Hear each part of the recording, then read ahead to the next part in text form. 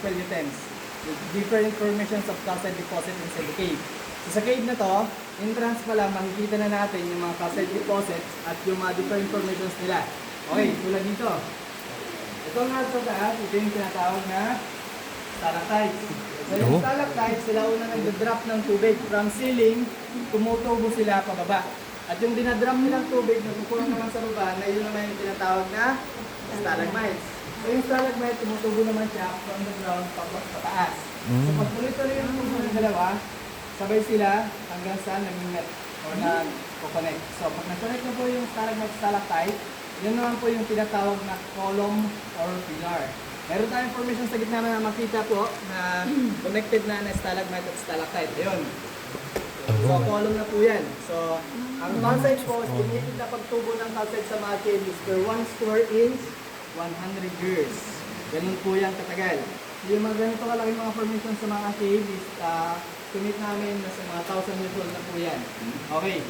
Everyone, sa loob ng cave po na to, allow namin mag-picture, okay lang mag-flash, pero pinagbabawal po dito sa loob na hawakan yung mga calcite deposit.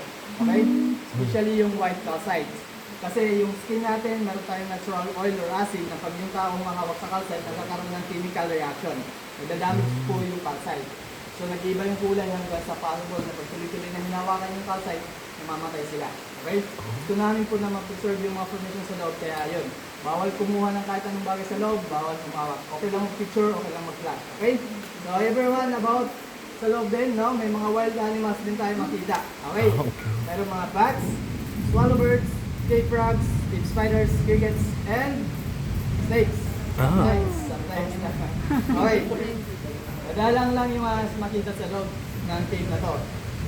At observation namin sa mga snakes na nakikita, hindi naman sila yung ahas na mga aggressive.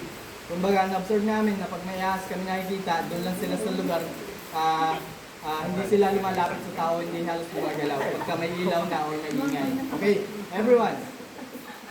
Pagka may makita po tayo na kahit anong hayop sa loob, make sure na may space tayo sa kanila. For safety sa atin at also for safety sa mga animals sa loob. Kasi bawal din po natin galawin yung mga hayop. Okay? So everyone, to enjoy our tour sa cave na to, gusto ko bukas yung imagination ninyo. Okay?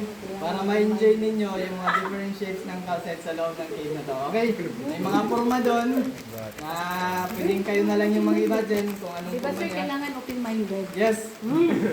Sabi pa nga nila, may different colors ng imagination. Kahit anong kulay daw, pwede nyo gamitin sa loob. Pwede rin yung white or green.